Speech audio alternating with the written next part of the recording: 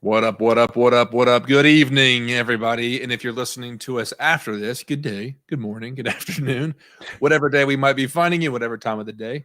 We hope that you are well. I'm Trey Wynn, joined by my guy Chase Green here for What's up? What's up? Sports.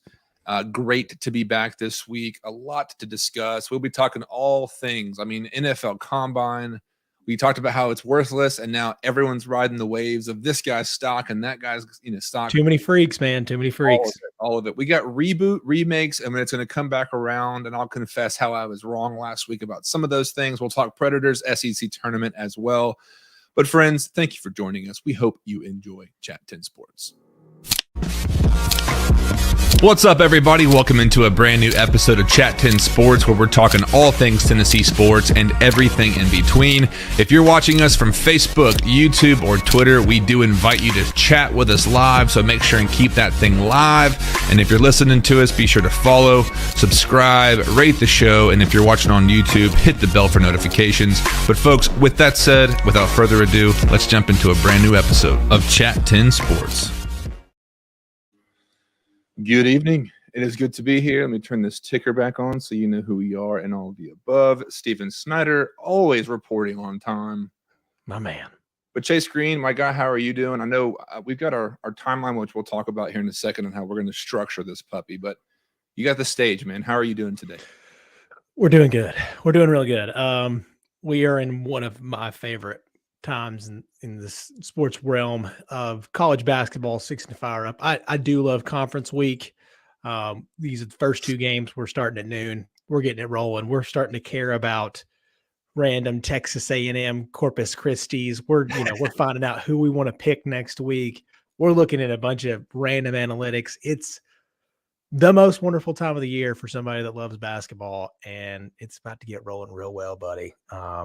Other than that, we are 10 days out from half marathon. How are you doing? You going half or full or try or what? We're doing half, and I will be doing a full in Chattanooga in October. Bro, I'll be there rooting. Maybe the children's come on out and get some. Ooh, get that fun stuff. Uncle Chase vibes going. I'm great, man. I will say, as far as my fitness update, feeling phenomenal. Took a week or two off, but I was telling a coworker today, she's talking about keto. We were talking fitness for a second, and one day I was weighing 260. The next day I'm weighing 254. Ooh. And the weight fluctuation that can be so deceptive, can be so discouraging at times. It's like, And I know it's different from men and women. Shout out, by the way, International Women's Day. Hey, shout out.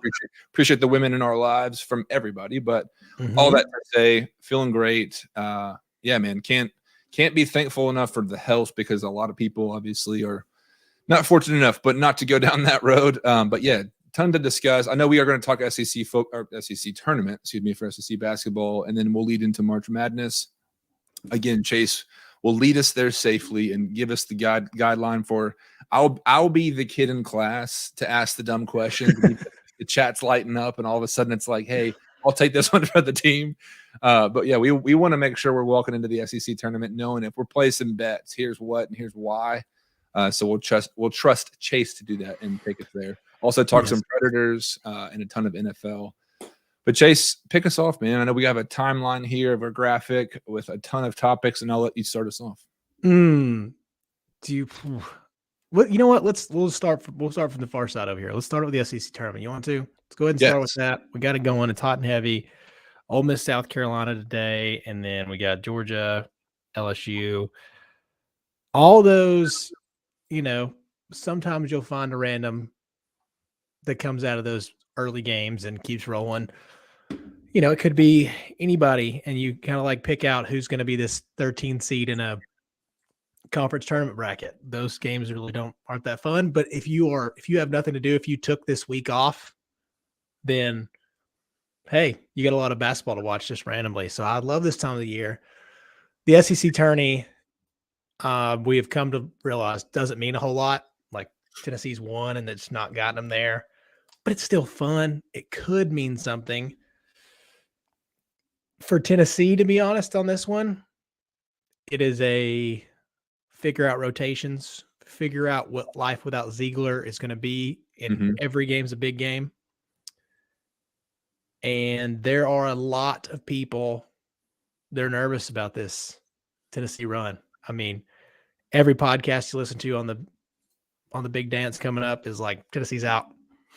Well, I mean, to be straight up, I mean, what expectation in a positive sense should people have given the ups and the downs? And I mean, yeah, the loss of Ziegler, I think it's going to be telling through the tournament. Huge. But I mean, realistically, if you're trying to sell it to somebody, I mean, what is there to sell? Because good defense, I mean, what are you throwing in the water to try and get the sharks stirring? You know, The great defense, when you're the number one defense overall in the country, you have size, you have multiple 7-footers. You're going to be a matchup problem. And as Carolina proved last year, because if you watch them this year, yes, Brady Manick was a huge part of it, and we had angel wings watching over us, but overall the team wasn't a championship team. You know, it wasn't they shouldn't have been there, but it's all about who you get matchups. So like if Tennessee gets in a bracket where there's not a bunch of pressing guards, they'll be fine. Like they can beat a lot of teams. There's scary teams out there that'll just tear Tennessee up because they have bad ball handlers. Not bad ball handlers, just not very good ball handlers.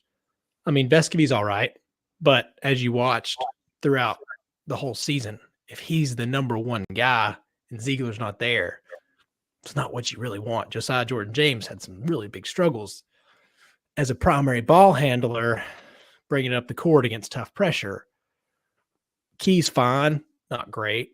So if you get the right matchups and you play teams similar, Tennessee's going to win. They could run the table. Mm-hmm. You might run into the right team, right time. Like it's all about what happens. I hope no injuries on anybody. But as for Carolina last year, Baylor's best rebounder got hurt right before they played him, and that's how Carolina won. Was they just dominated the offensive boards early? Yeah, there was some craziness going on, but for Tennessee, it's all about matchups. And if they get the right matchups and they get blessed, they can make it. And that is the only way, because otherwise, if you play an 8-9 seed that's NC State, God, they're going to get cooked. Those guards are going to hound you. They're going to rip you, and they're going to tear Key and Vescovi up, man. And it's going to be really hard. So it's a matchups game, my friend. And if that's the way Tennessee is going to do it, they have to have perfect matchups. Yeah, and I want to get to our comments here because first off, I want to say if you're watching or live with us on social media, be sure to share the show wherever you are, Facebook, Twitter, Twitch, from a lot of different channels, from channel Chat 10 Sports, as well as channel, which you can see if you're watching our right-hand corner. Check them out for all things Vols. But Gavin Jones coming through on Facebook, as the man does, with us weekly. Realistically, Tennessee will go down swinging late in the SEC tournament, but if Tennessee goes up against some dog guards, early exit, he says, which I think kind of aligns with what you were saying there. I am looking forward, like you're saying, overall, of how they can bounce back. And we've talked about Rick Barnes and what can he do. And I think this is the time that we want to see good coaching come through and see what they can do. But like you said, it's all about situations and matchups. Yeah, and we'll see, because you're going to come out with a bracket and be like, oh, that team, like they can beat them. They're going to have size. Tennessee can make a run. It's going to take a lot. You're going to have and Vescovi has been playing out of his mind. So there is a possibility Tennessee can go far with the right matchups. Mm-hmm. And if these guys can get hot, and I know you can say that with every team, but Tennessee has enough senior leadership, enough size, and you've seen it, man. Like even as somebody that just, you hop in to the college basketball realm about this time, like most people. But you've seen it throughout all these years, man. A team gets hot, and you're like, dude, what do you do? Like, what do you do? What happens if you knock down about like 12 threes, 13 threes a game? What do? You can't guard it. Can't stop it. And that's why the randomness of these brackets that we, annually fill out and never get it. And it's always unpredictable to the point where it's just, a shot in the dark. But like you're saying, one avenue opens up and all of a sudden the not as good team squeezes through. And if it happens to be Tennessee, it happens to be Tennessee. But are you a multi bracket filler outer guy? No, I've done it like whether it's been friends or work friends or whatnot. Probably done one, and just like legitimately at times been like, man, I could see that going this way and that way. And last year it was like that, but without having the, like you're saying, the value and the context of the regular season, you know, and going into these conference bracket championships and things. But no, I mean, I'm sure if anybody wants to join us, we can throw some link out via ESPN or something if people want to join us, but I'd be down for that. A good one to join if you guys want to. ESPN Chattanooga Bracket Challenge. Hop in with all of us. We're going to be going down. That'll obviously come out next Monday or next Sunday night. Get it in early because there could be some good teams playing as early as next Tuesday for, you know, some of these playing teams. They usually make it. So keep an eye out. Monday, Tuesday, and Wednesday, there'll be a team that'll make it to probably at least the Sweet 16. It's a crazy thing. Yeah, well, I'm gonna pick our next topic here. And since I put these guys on this thing, the Teenage Mutant Ninja Turtles have come back into my life yet again as a child of the 80s, and I was raised in the 90s. Is that you're a 90s baby, right? Oh yeah, 91 baby. Shout out. Way back in my day. No, the Teenage Mutant Ninja Turtles, grew up with them. I remember, I mean, straight up, and I'll pull it up here. Actually, it might be at my office. Nope. He's right here. This guy, Raphael, you might be familiar with him. He has the rambunctious, rebellious Teenage Mutant Ninja Turtle. I've loved them since I was a kid. This actual, I don't think this model, but the original, I think it's on Netflix, of the Toys That Made Us show, goes into the Teenage Mutant Ninja Turtles. But Seth Rogen is coming back out here because, and I wanted to bring it back up because last week we talked about remakes and reboots with Warner Brothers talking about remaking The Lord of the Rings. They're trying to get Peter Jackson involved. I saw since we last spoke about it. But I saw the trailer for the Teenage Mutant Ninja Turtles. And my goodness, dude, it's one of those things where like you have no idea what they're going to come out with as far as the packaging, the look, the feel. And just like Spider-Man Into the Spider-Verse has done with the Spider-Man franchise, it's updated it in this avatarish animation style, like captivating animation, right? Yeah. And this, I mean, again, like you want to capture the characters, the personalities, which is hard with animatronic helmets or even other renditions of animation. Not to be long-winded, this is going to be a one-sided and quick topic for sure, unless you have a lot to say about it. Unless you saw the trailer, which we can talk about it from that angle too. So yeah, I have not watched the trailer yet, actually. It is highly, highly recommended. 5 stars would recommend type of rating. And it looks great. I mean, I know a lot of trailers sometimes can show too much of the movie, and you go in, it's like I just paid $13 for the same trailer or whatever. Yeah. But this looks fresh, looks cool. It looks like it's all the new generational things, like all these reboots. It's like, I get it. They want to appeal to the new crowd. However, we are stuck with the same regurgitated story, but this looks like a good one. Highly recommended. Chase, unless you have anything to add, you're welcome to pick our next topic. No, I appreciate it because we're eventually gonna run out of things to remake again, but I look forward to it because that's gonna be another one that I liked in the Spider-Verse. So if it's something similar-ish, then I'm game. Yeah, Spider-Verse was pretty solid, man. I mean, and the second one coming out, no doubt, and they're gonna be. There's other, I mean, Pixar movies as well, good remakes or not remakes, but sequels coming out. So hey, good content coming out. Can't complain. No. But Gavin coming on here from Facebook again saying, Trey, which one of the guys was in the blue bandana was my dude? That's Leonardo. Okay. All respect to the leader. But Chase, take it away, my man. Let's talk NFL Combine, my friend. Let's keep on the Vols train. Jalen Hyatt. How about it, my friend? Freakazoid athlete. Salute. Yeah. And then also one for the big fellas. We had the second fastest offensive lineman, I think. Darnell. Yeah, Darnell. Or I guess he was the second fastest plus 320 lineman. I think that's how it's definitely an ESPN stat, but it's awesome. We got a monster running that fast. But I think I want to say he was like sub 5 seconds as far as his 40. He was 5 seconds, 5.01 seconds. Yeah, so almost 5 he was flat. right there at it. Yeah, I thought he got 5.01. If this has been updated, this is coming from NFL Draft Buzz, but NFL that's right. That's the one I saw. That's okay, cool. But he came in at 333. That's big boy. Big LBs. Those are big boy LBs too. So, yeah. I mean, give me on a scale of 1 to 10, like how much stock would you take an offensive lineman 40 time?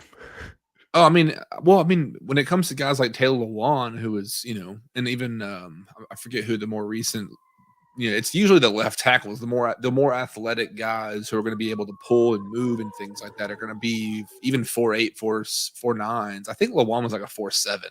Dang. But that's what got him. What was he? 11th overall when he came out. But I mean, that's when it's like, hey, this dude is worth it.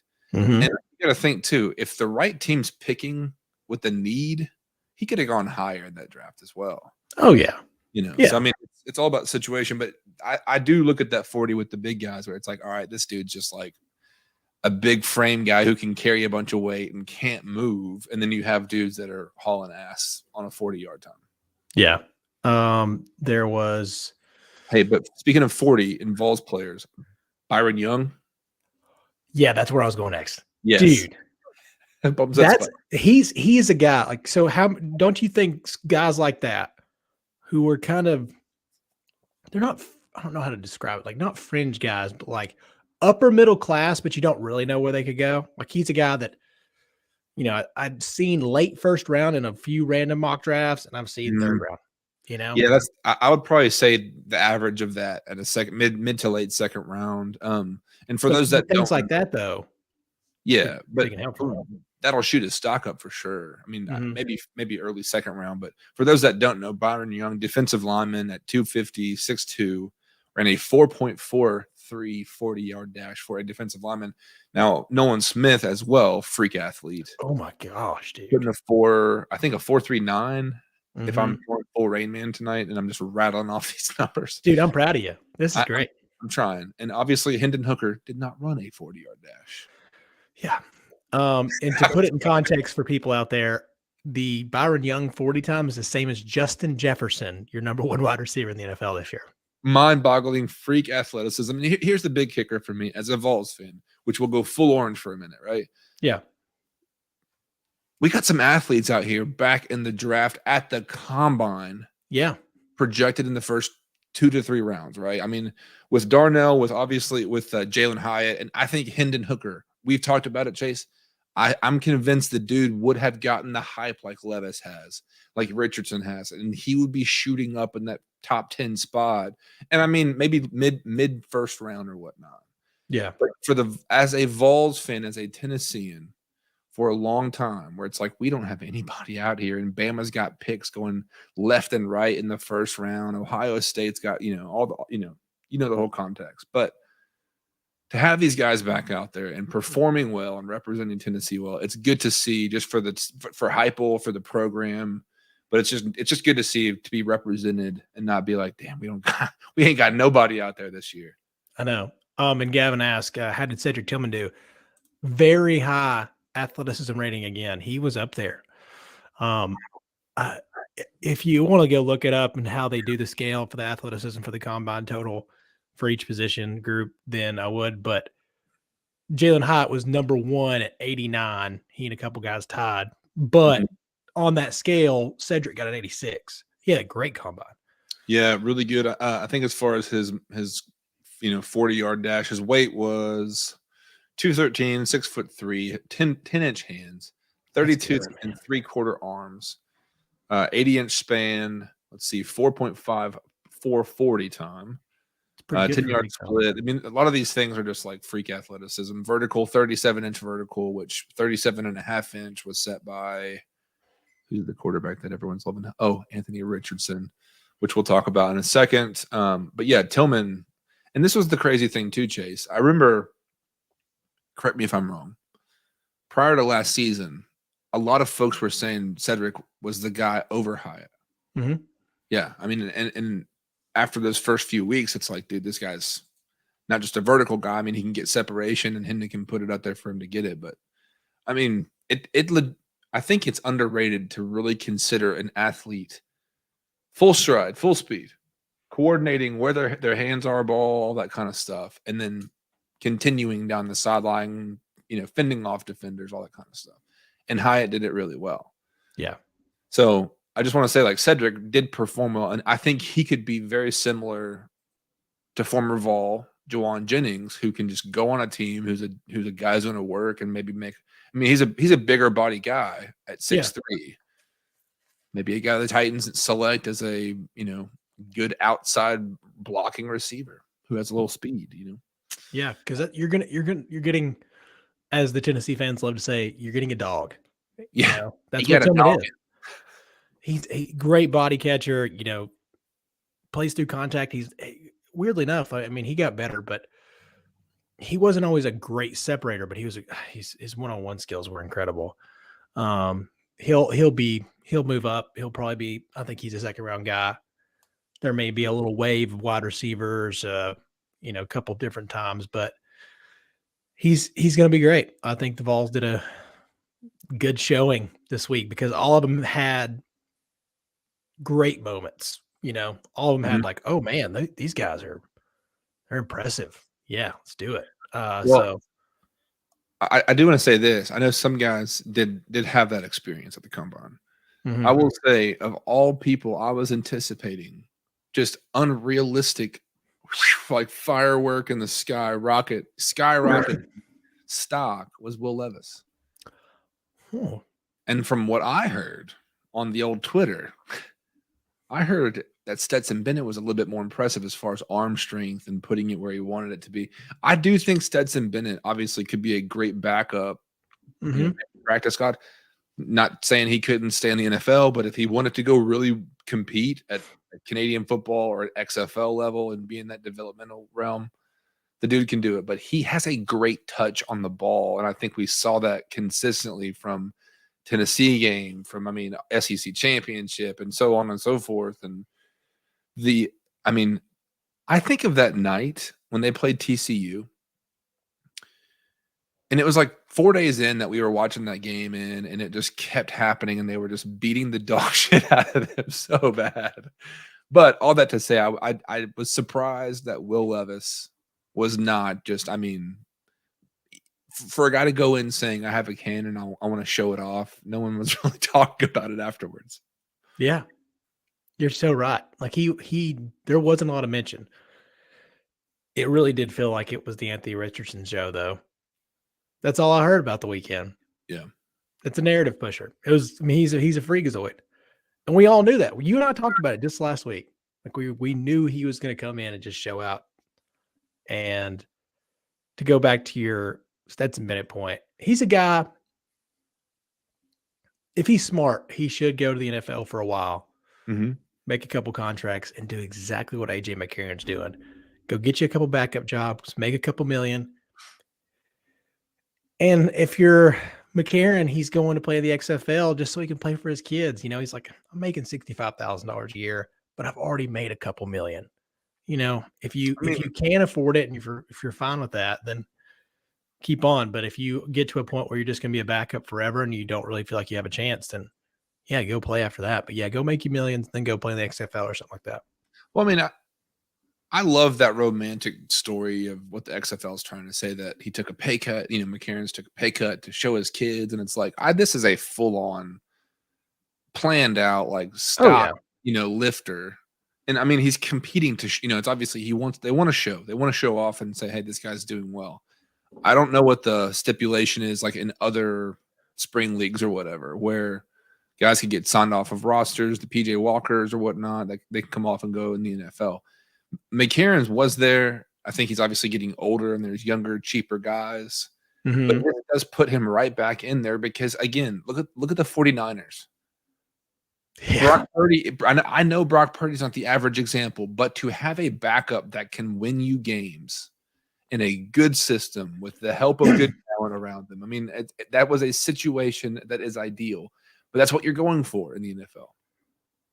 But AJ McCarron's if the whole situation was blank for the Titans and he was unavailable backup, I would say I would put a star by his name and saying this dude's done it. Could be good for a backup, third string guy or a practice squad guy or potential coach that we could take on into the next run of his life or whatever. But I mean, the developmental league stuff I think is great, but I just think that the XFL's storyline of the sweetness, it's like, dude, this guy's trying to get a trajectory setter kind of thing into the NFL for the fall. So but it's a good way to go if you are an AJ McCarron, like you've already made your million. Like you mentioned, you're going to get younger and cheaper. You could find somebody just as good as AJ McCarron for. I think they have like a age type thing of where you have to pay a little bit more, or you could just draft a 6th rounder and find AJ McCarron. So yeah, it's no offense to him. It's just the truth. But I mean, will say too, like that's a good point because Stetson Bennett, where Brock had he had a couple really good years. Stetson gets a little overlooked, but the control that he had of the game, and yes, they were beating the absolute dog shit out of TCU, but like the control he had over that game, and at times throughout the season, you're like, man, he's really good. He's really good. Then yeah, and I mean, like you're saying, the talent around him, they were just beating the crap out of them, and people have said that if Max Dugan and him swapped spots, the same outcome would have happened, which very well could have been the case.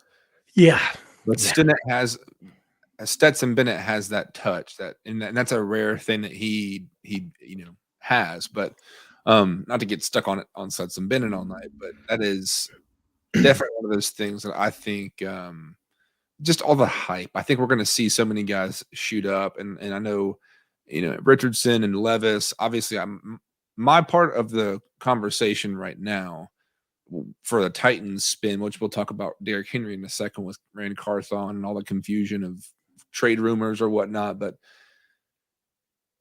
the idea of the Titans moving up, and I know we put a poll up on Twitter right now. Let me pull this up for us real quick. And I put it up just to see what's the temperature out there for Titans fans. Right now, let's see, there's 12 hours left, 11 hours left, currently at 94 votes, just to give some type of context of what numbers we're looking at. But which Titans scenario for this upcoming season are you hoping comes to fruition? Option A is to keep 17, Ryan Tannehill, and 22, Derrick Henry, and let's go. More of the same. We know what we have. If it ain't broke, don't fix it. Just fix the holes and make it work better. Option 2 is go get Lamar Jackson. As we know this week, the Ravens put a non-exclusive franchise tag on him, capping him at $32 million, the average of the franchise tag, which gives opportunity, right, for other teams up until week 10 of this fall for them to negotiate with Lamar just like he were a free agent. But the stipulation is if they were to agree in structure of a contract, it would go back to the Ravens. They could match it. And then Lamar would stay. End of story. Other alternative in that reality is the Titans put a number up that the Ravens don't want to match.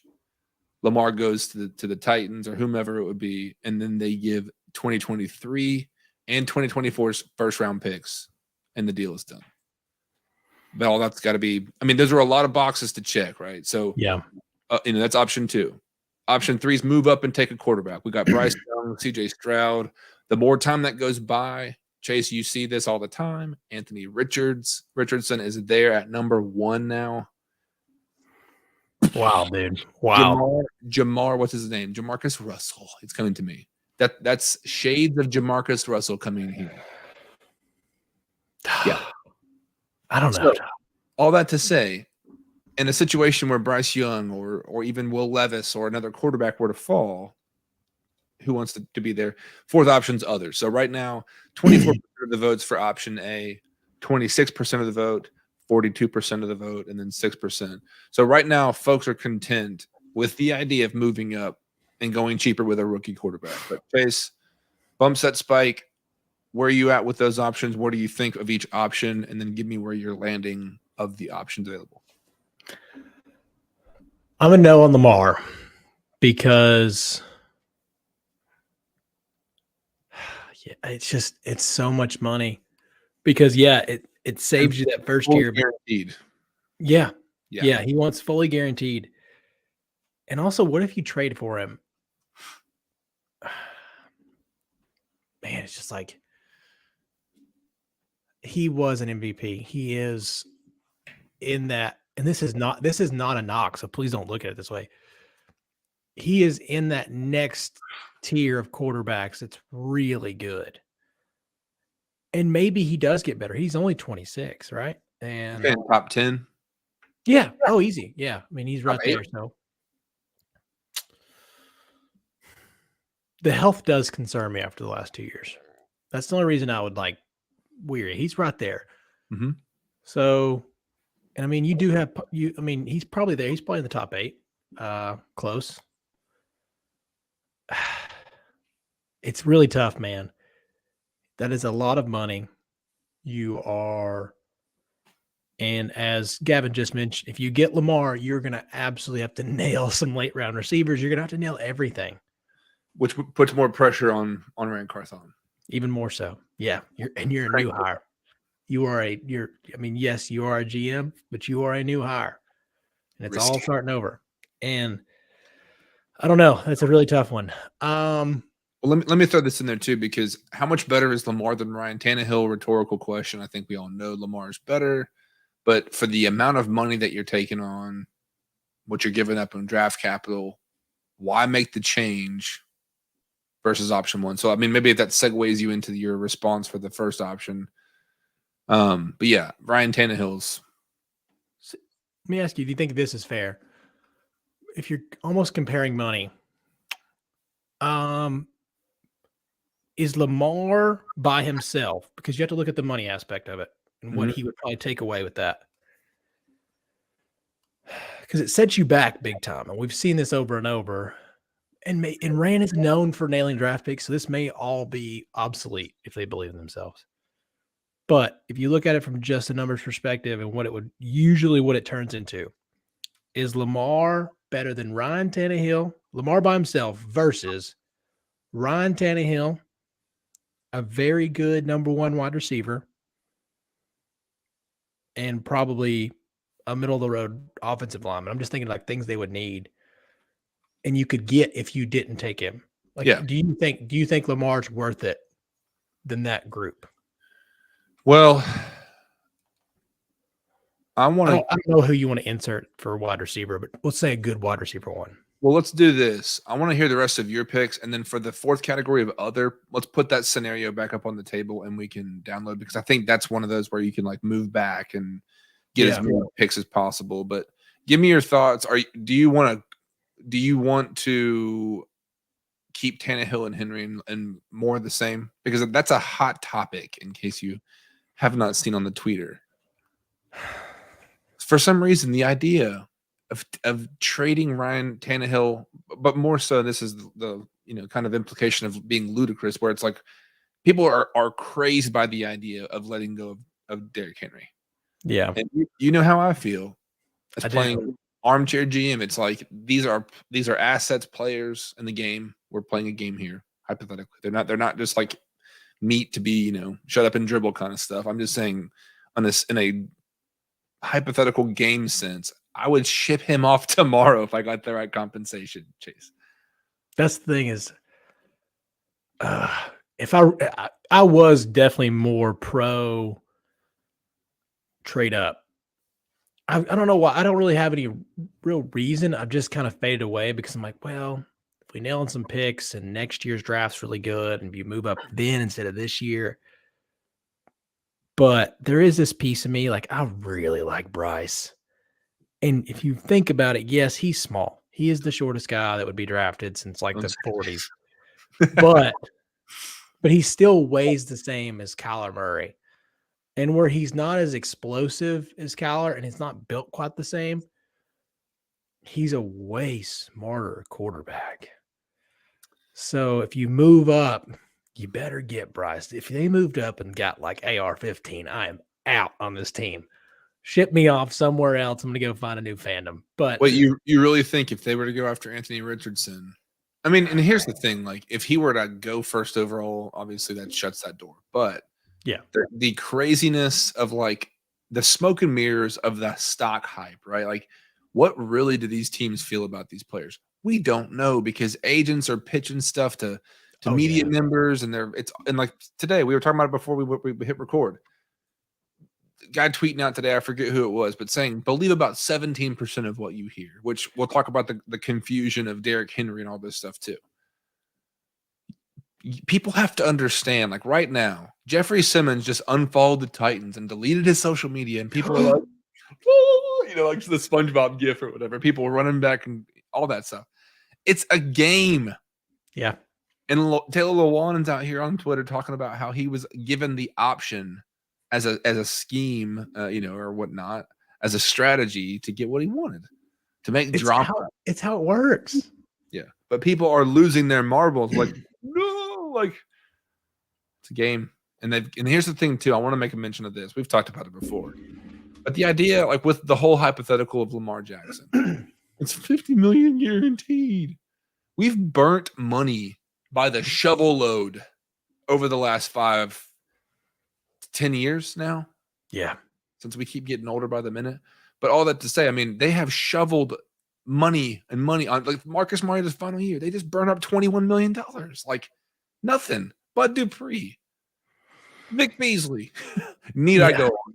But all that to say, I mean, the salary cap, it's like as the market for the quarterback goes up, the salary cap is going to float and parallel it in some way. I'm not going to get into stock, patterns and things like that or whatever, but I'm just saying this is all fake in some senses, you know what I'm saying? Yeah. So, but it would feel great, like, because Lamar does have abilities, like, and you've seen when he's healthy, not just with the running stuff, like he had, like, I can't remember who they played, but I do remember the whole week before there were multiple major media outlets, especially Hal Hurds and every ESPN radio was out there talking about Lamar has never had a 300-yard game. And then legit the next week goes out and has like 428 yards on just an unbelievable passing day. And he had the biggest FU game of all time. Mm-hmm. And Lamar does have this potential of, like, he's got the perfect attitude. People love him. Teammates love him. And he is a good passer. He is an elite competitor.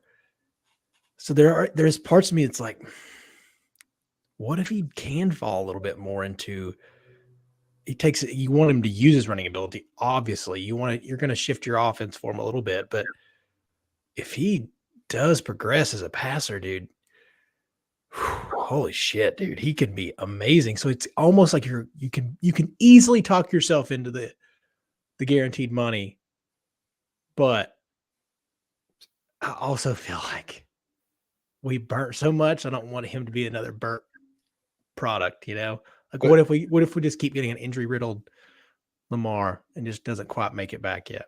Which we did with, I mean, I know Mariota gets more crap for injuries than he probably needs to, but the guy was frail and, couldn't slide for his life or whatever. But my thing with Lamar, right? Like Greg Roman had an offense around him, heavy run game, that read option, all the above, that opened up the little passing they actually did until certain games.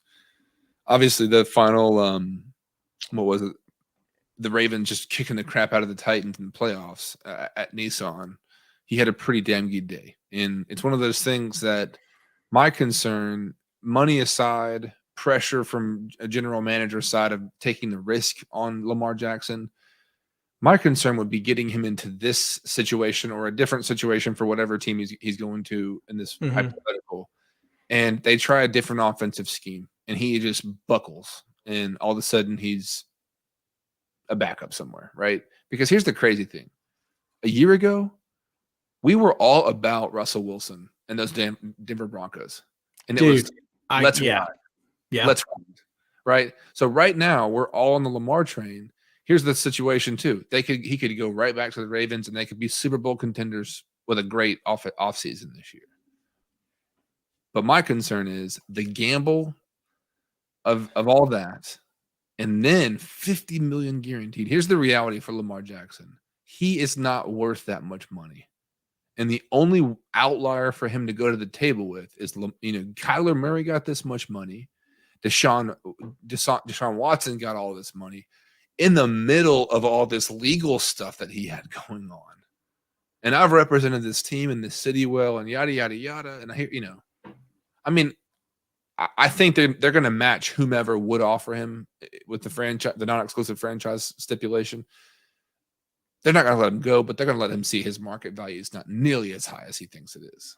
Because there's not – Daniel Jones just got, an average of $35-40 million with some incentives. Like, bro. Yeah, I was going to ask you, and we're going to get to Derek Carr and stuff here in a little bit.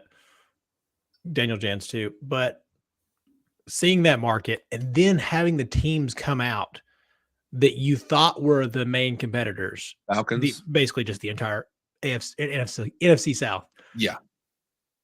When they came out and said no thanks, that had to have cranked up the Ravens tenfold. Because they're pumped, because they're like, oh, if our biggest people that have the most cap money, they're like, oh, we're going to get this cheaper than we're going to win this negotiation because Lamar's market might not be as high. Because I don't know who else is out there that's going to be able to afford that. But even though eight of 32 teams, let's say, I mean, I'm throwing that number out there, just spitballing. Just like the dating world, you just need one, in that example. Not to say everyone's that way, but it's one of those things that there could be one. The Detroit Lions could come out of absolutely nowhere. Who are the Vegas favorites right now? I think with like maybe 100-1 odds or whatever it is. I think I saw that today. But if they came out of nowhere and put a number on the table and just said, yes, we'll do it, and we'll give you Goff or whomever, and here's the whole deal, because they could basically just go to the Ravens and say, you don't want to pay him that much, we'll take him. So what do you want in exchange, to make this thing? Because they'll get the 2 first picks, or they could say, give us this year's first round pick and this player or Jared Goff and the 3rd round pick or whatever for next year. Who knows? Yeah. But I agree with a lot of people, and Craig and I were talking on Twitter, which he's coming through on Facebook with a chat here saying, yeah, money on guys who get hurt, and Jackson has been hurt late the last 2 years. That's why you can't do it. I think the Lamar thing is sexy in the theory of him getting on our team that we root for, but the method in which he would have that you would have to go through and risking the biscuit and putting it's so much to risk, man. It's so much to risk. But it is also a thing with Lamar and Ran and Vrabel. Mm-hmm. If you are, I can see, I'm really having a hard time getting around it, but I also can definitely see if you truly believe in these guys, and if you are like, dude, Ran hits on it feels like 70% of his late round picks, and that's awesome for late round guys. He hits on every late round pick. And if they can just find the 2nd and 3rd rounders the next 2 years and maybe trade up to get one, get a first somehow, some way, you can see people how they buy into it. Because if you're like, if we get Lamar, keep a lot of the defense, if you can finagle some pricing and get another decent wide receiver, which they'll be in the camp of the Mac Hollins and stuff like that, that'll be out there. But think about what you're saying right now. You got a quarterback, and you're stretching for another wide receiver right now. Then your offensive line is in shambles with Aaron Brewer licking his chops at starting opportunities. I know. That's the hard part, is because you're never going to be able to get the offensive line part of it. Like Not this year. Yeah, you that's the hard part. It's like that's where it's so hard, is because I could easily talk myself into Lamar if the offensive line was just like 3 notches better. Because you've seen what he does with really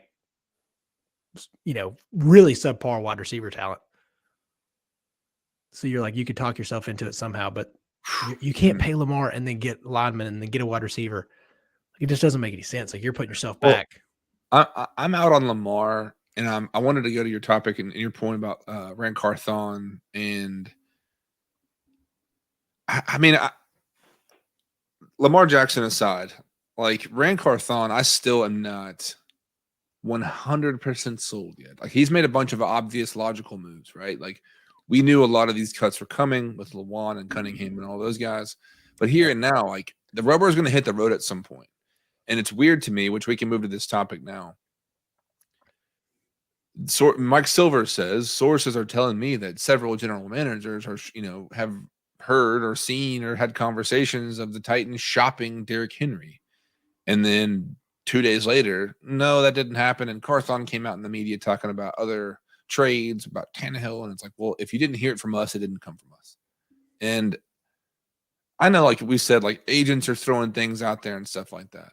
You mentioned late round picks and Carthon nailing those. Like, I want to put the asterisks with it where it's like he was a part of a team that with Lynch and Adam Peters and all those guys, like, we still have no idea what Rand Carthon is about to do with this draft. And he brought in Chad Brinker, who's the analytics, guru or whatnot. And he's assembled his team, like news team assembled. It's happening. We're about to go live on the news station in the Ron Burgundy example.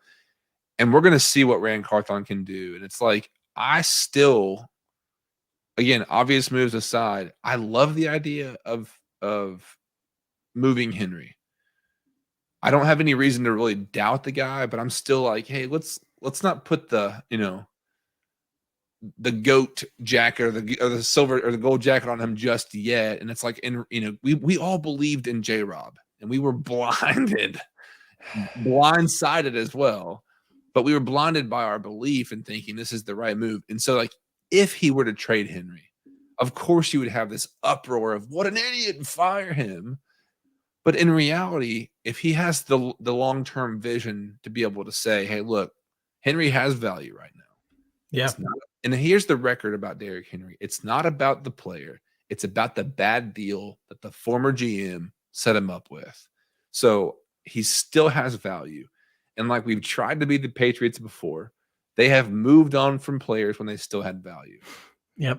And that's the only reason why I would beat that drum of trading Derrick Henry. If he went to a contender, he would win a ring, sail off into the sunset, maybe have a one-day contract, retire a Titan. Cool.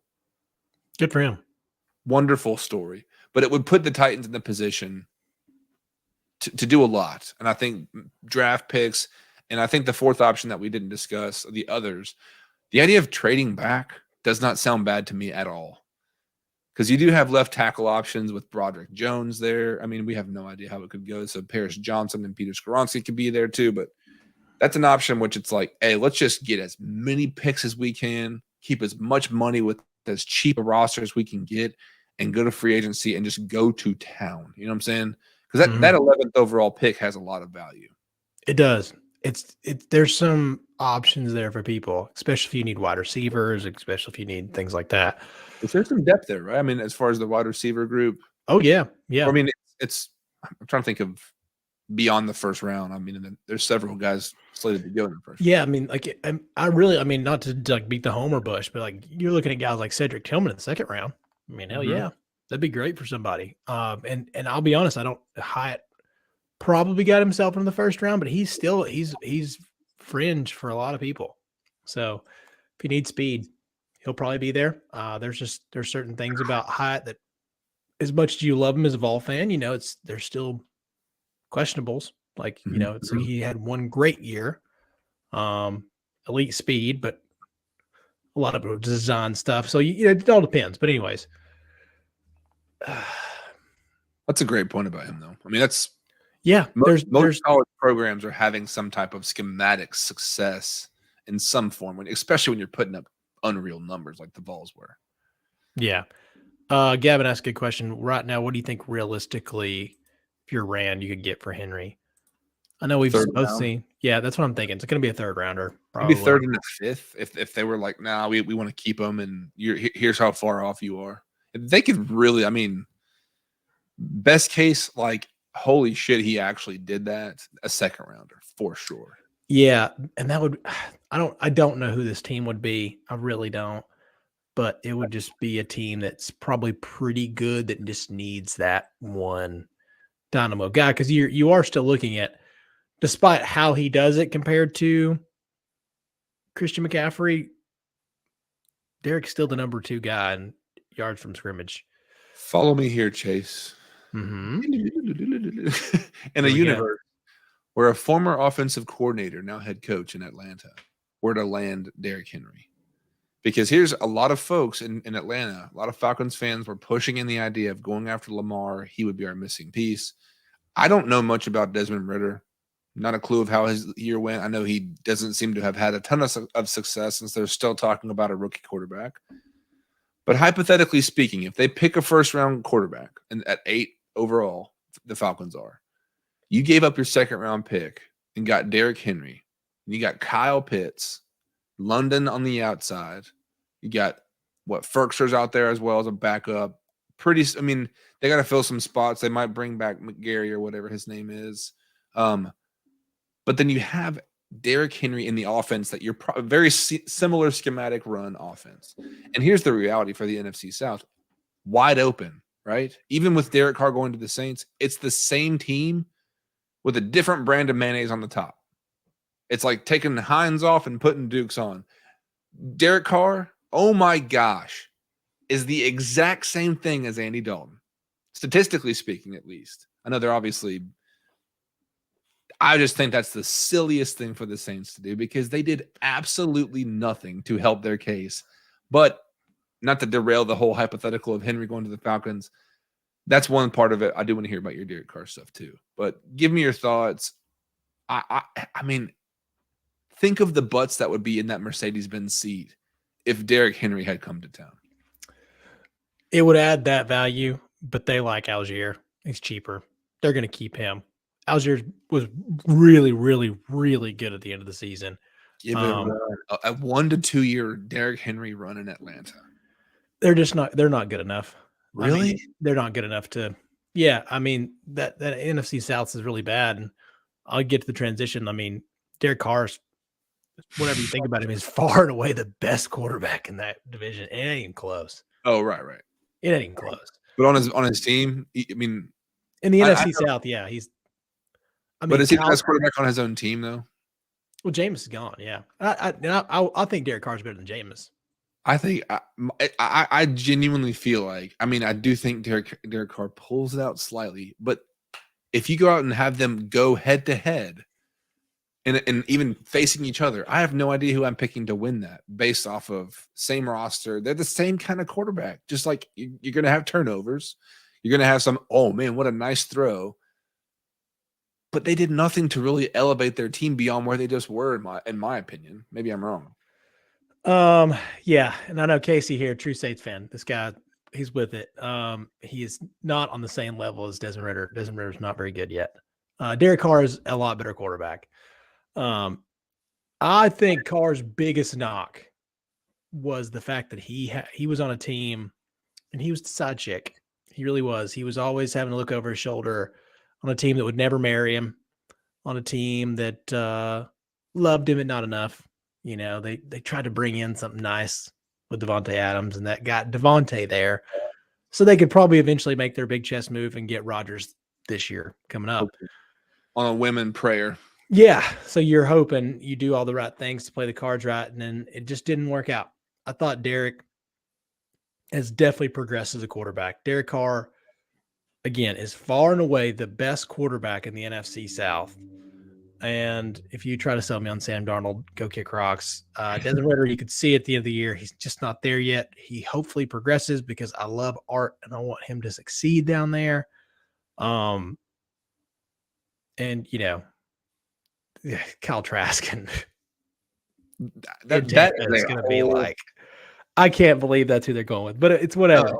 You know? Hey, hold on. The Bucs need to be like, I mean, audited or whatever from the NFL. That's straight up tankathon in full on Caleb Williams, Drake May. Like what? It's like that team is believe in Kyle. He got to sit behind Brady. That's the biggest bunch of bull that I've ever heard. That's a great call, Trey. Yeah, well, I mean,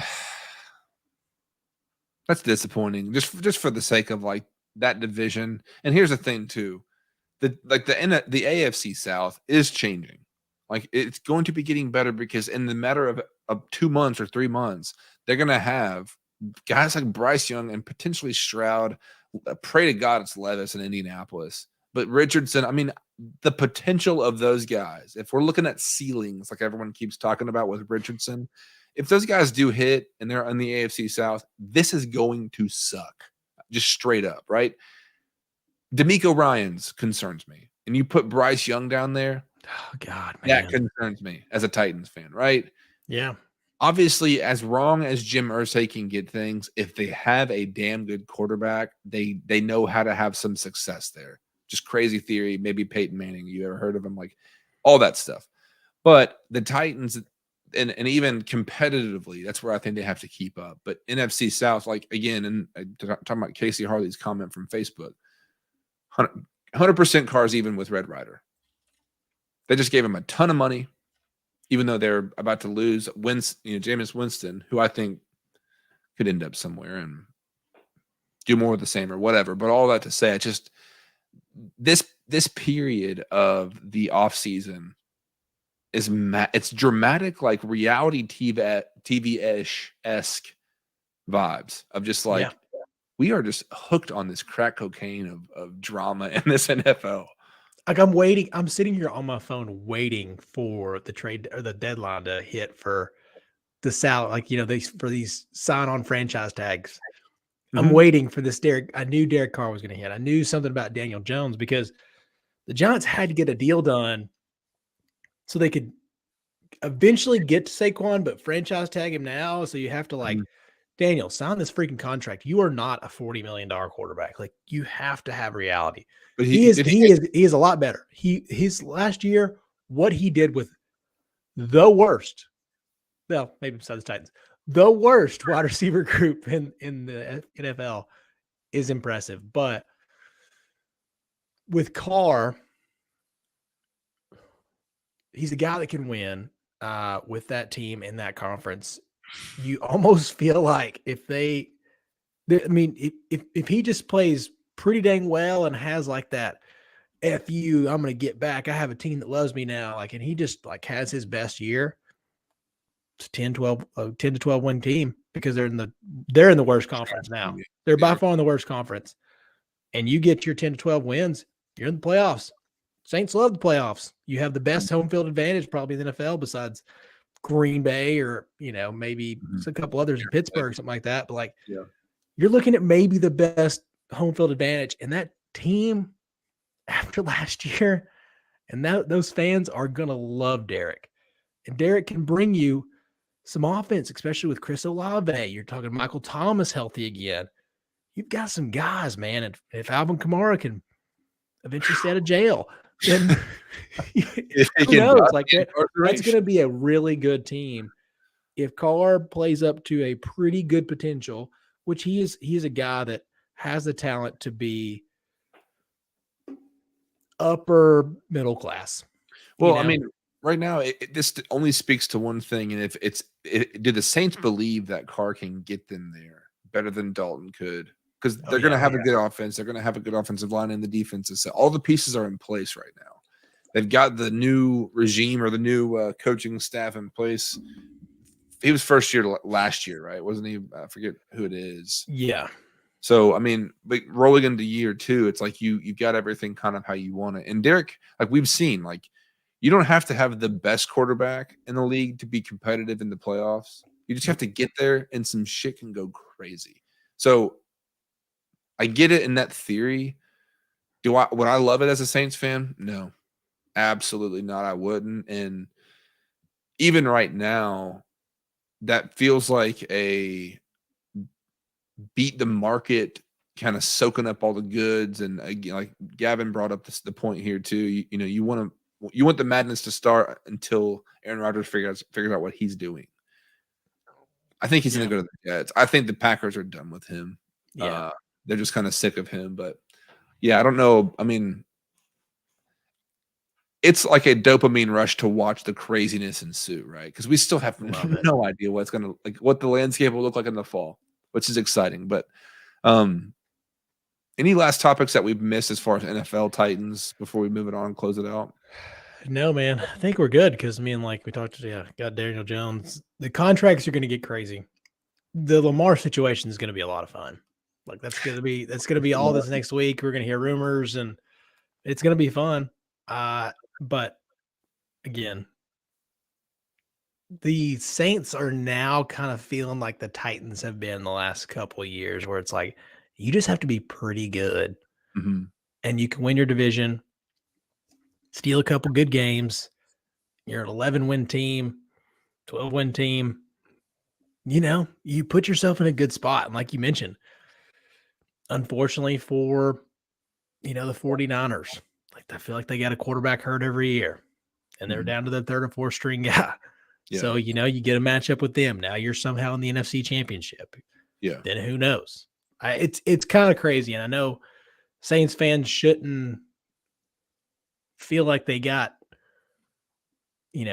Broncos Peyton Manning first year, but you should feel good because he does put you in a spot to capitalize on being a pretty dang good team with some really good wide receivers, a guy that can get those wide receivers the ball, especially if Michael Thomas is healthy. Well, here's the thing. I want to address the comment Gavin put up to say, Trey, why do you hate Derek Carr so much? I think it's a little bit of an indictment on a quarterback when you've got Devontae Adams, you've got Josh Jacobs just cooking out there, right? I mean, he just got franchise tagged as well.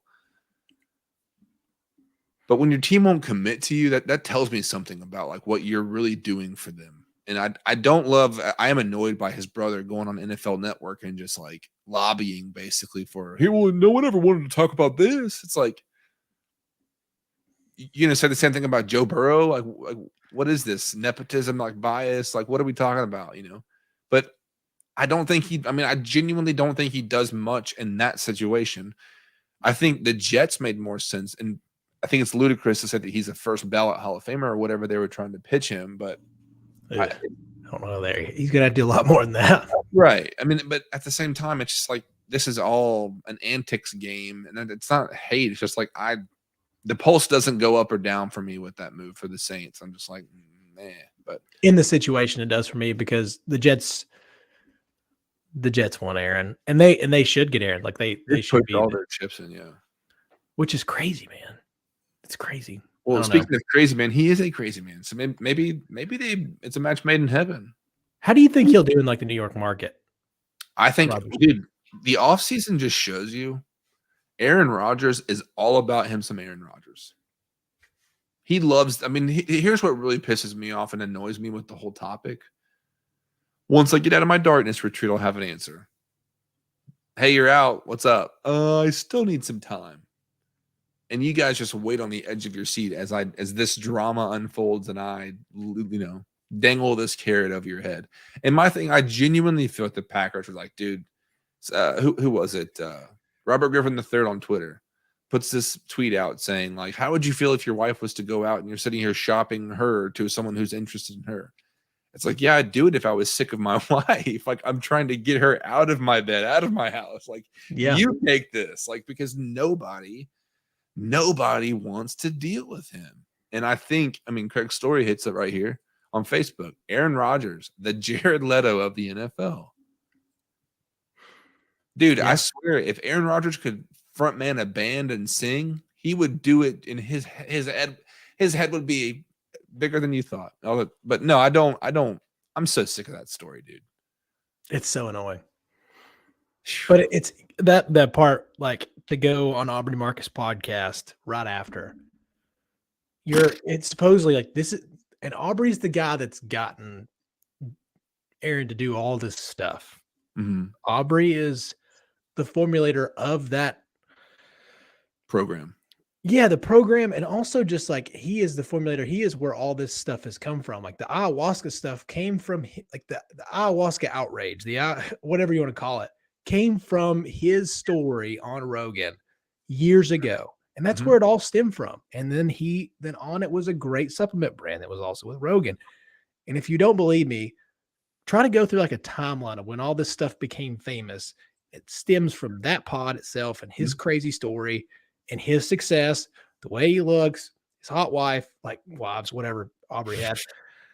And I get it. And then the situation that he has in Austin with all of his buddies down there, Rodgers, that is, you get sucked in. it's perfect. And they're all doing great. And like it's probably a great friendship group down there. It's wonderful. That's why so many people go down there. It's like CrossFit.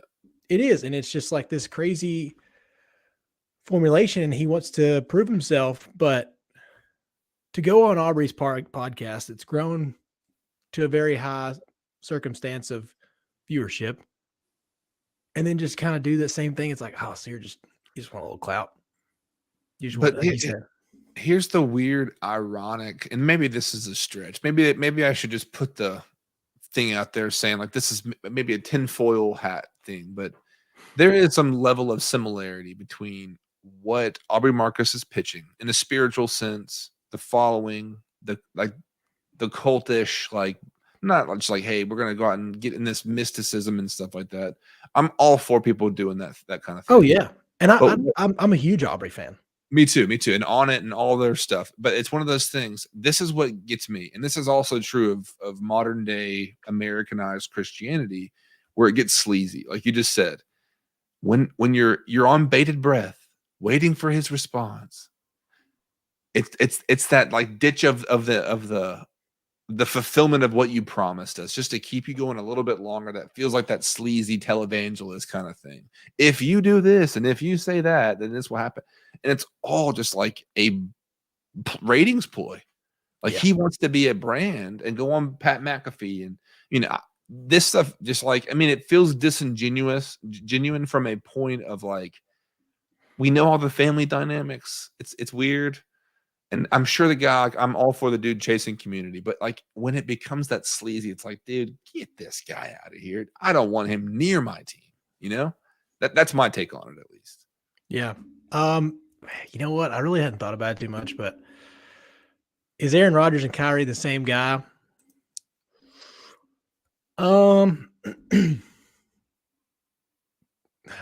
Kind of. Like you're talking about, it's close. Sheer annoyance. No. Or what? Just like part incredible talent. Incredible talent. Like incredible talent. They've both got one championship. Yeah.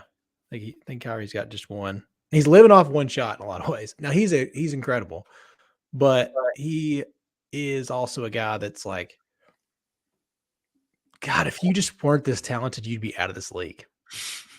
That is, and here's the thing. The Packers right now are that guy with his wife at the table and a dude sitting across from him just like, please. That's what it feels like. Yeah. And it's just like, no thanks, ready for it to be done. And it's that Brett Favre thing. When he wouldn't retire, and it's like, just take the hint. Like, this is over. You might get a deal, get some money out of it. Cool. But dude, we're so over. We're on to the next thing. Yeah. And I hate it for Love because it kind of shows like if they really felt like he was ready, then they would have moved on. But I just don't, I guess I don't know. I hope it works out for him. But Aaron's so talented. And like, if he goes to the Jets and he really wants to play, then that's going to be a scary fucking team, man. Like that's going to be a good team because they've got so much young talent. And I believe in Saleh in a lot of ways. There's some things he's got flaws on, but he's only getting better year in and year out. So I don't know, man. Yeah. I don't know. I think it'll be that's an interesting situation that could pan out for 1,000 different ways. If he goes to the Packers, of like what really happens in season, it's just like, get the hell out of here. We hate you, and we just have to for you, or what. But I do want to close this out tonight. Just obviously we're over our hour mark. I do want to mention the Nashville Predators. Barry Trotz is going to be taking over as general manager this upcoming summer because David Poile has chosen to step down and resign, and the fire sale has begun. Several players, just trying to get as many picks as possible, which is a reason why I wanted to talk about it, because we're not going to spend time talking about just a bad team that's praying for a wild card spot with the playoffs. But the future looks really bright, and obviously we know Barry Trotz. We know that he's been able to take teams to the Stanley Cup to get over that hump, and I'm sure we'll have other people come on and talk some Predators with us from time to time. But all that to say, my ears perked up when I saw some of these headlines, and I hate to see guys like Matthias Ekholm go, but it's like they're getting picks, right? And something I was listening to a few days ago back about hockey. A lot of these really good teams are landing really good picks in the first 2 rounds, right? And it's just like, let's get back to basics. And yeah, I mean, we'll see what happens. I want to make mention. Not sure if you have much of a take there, but I'm intrigued by the Predators with what they're doing. Yeah, the fire sale part of it, the moving up. I know we mentioned it right before the show. It's kind of one of those, like, if you're a football fan and you're right down the street, like 1.3 miles away, maybe take a look and see what the baseline is over here whenever you're working in front office, because the Preds had to. Looking at our group text with Craig and all my boys, like, felt like it was a must. Let it go. Might as well start fresh, right? Yeah. Full on rebuild. I mean, like they're it's kind of what the Titans are trying to avoid. I mean, I'm sure people are willing to give more than maybe what the Titans want for Derrick Henry, or they don't want to give as much as what the Titans want for him. But I mean, I fully believe they're kicking tires and all that kind of stuff. But yeah, Predators are showing you how to get it going. And I think it'll be in a year or two. I think we're going to be very competitive, because I mean, wild card spot right now with a bad team that you're just shipping guys out, at this stage in the season. Yes, sir. But let's close it up, Chase. Where can the folks find you on the socials? Yeah, man, you can find me at mcgreen423 anywhere you want to. You can follow us at Chat 10. Check out the Chat 10 Substack. That'll be more coming out there. And man, it's going to be a good week. SEC tournament. Vols play tomorrow at 3. Gonna have to get it going. Where can they find you, my friend? Yes, you can find me at Trey Wynn anywhere on social media. If you're on YouTube, or if you're on other socials as well, you can find everything in the description, our links, Chat 10 Sports, on all of our social media platforms. So make sure and do that. Make sure and subscribe. If you're listening on audio, leave a 5-star rating. We have fun doing this, but it's more fun when you're involved. So if you have questions, comments, thoughts, feedback even, hit us up, Chat 10 Sports, anywhere on social media. Appreciate the interaction as always. Like Chase said, I feel like we kind of go through this off season where it's like, man, hopefully we have some good topics to talk about next week. And then all hell has broken loose, and from several angles, which we try and keep it competitive. So thanks for throwing some other topics for us as well through social. Keep it coming. We appreciate it, and we hope you have a great rest of your week. We'll check you next time. Tighten up. Go Vols. Have a great week. Love you. Bye. What's up, everybody?